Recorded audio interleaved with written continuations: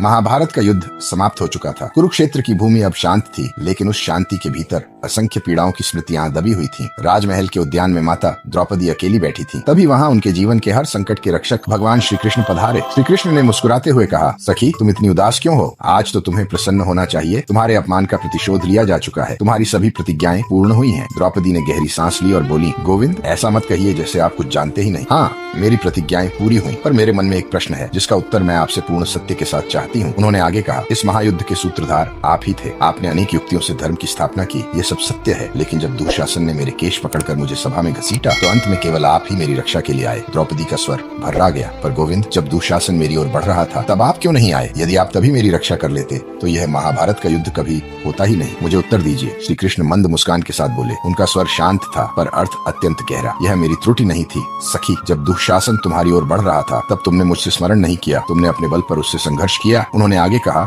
जब तुम्हें सभा में घसीटा गया तब तुमने सभी से सहायता मांगी, पांडवों से, भीष्म से, द्रोण से, पर मुझसे नहीं। श्री कृष्ण की दृष्टि द्रौपदी के हृदय तक उतर गई। और जब तुम्हें यह अनुभव हुआ कि संसार में कोई भी तुम्हारी सहायता करने नहीं आएगा तब तुमने मुझे पुकारा और उसी क्षण मैं प्रकट हुआ। फिर श्री कृष्ण ने कहा, मैं द्वारका में नहीं रहता, न ही वैकुंठ में। मैं निवास करता हूँ एक सच्चे भक्त के हृदय में। यदि तुमने दुशासन के पास आते ही मुझे स्मरण किया होता तो मैं उसी क्षण तुम्हारी रक्षा करने आ जाता। इन शब्दों को सुनकर द्रौपदी की आंखों से अश्रुधारा बह निकली। उन्होंने बिना कुछ कहे भगवान श्री कृष्ण के चरणों में गिरकर शीश झुका दिया, क्योंकि उस क्षण उन्हें जीवन का सबसे बड़ा सत्य समझ में आ गया था।